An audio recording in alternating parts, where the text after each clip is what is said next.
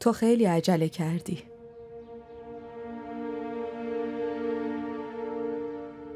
هوری اینو نگاه کن. شاهمیر آفلاینه. ما هم با این تصمیم مادرجان موافق نبودیم.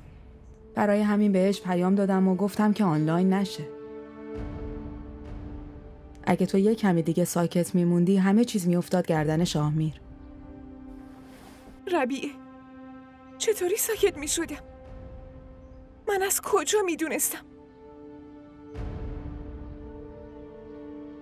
اینم درسته، ولی کینه مادرجان عین کینه شتره.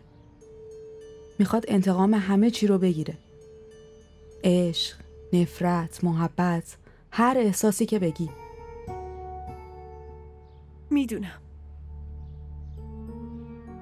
اصلاً به خاطر همین انتقام که الان اینجا وایسادم. بعدشم با اون تصمیم یه دفعه‌ای هیچ راهی جز نگفتن نداشتم. تو هم تقصیری نداری.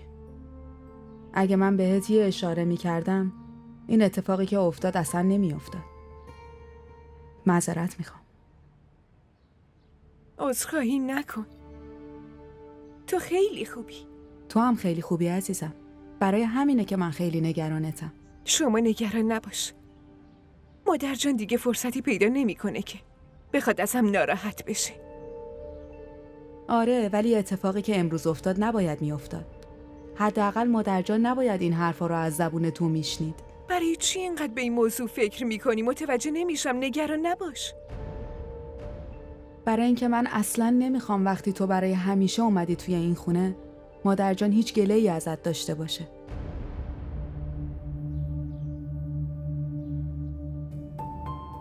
نگران نباش. همچین اتفاقی نمیفته.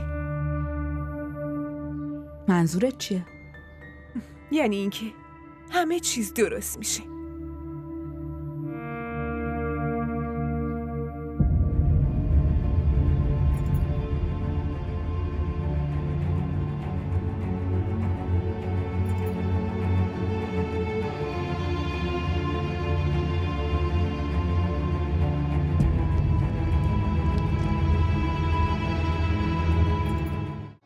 این ویدیو رو لایک کنید، کانالمون رو سابسکرایب کنید تا از سریال های جدیدمون هم آگاه باشید.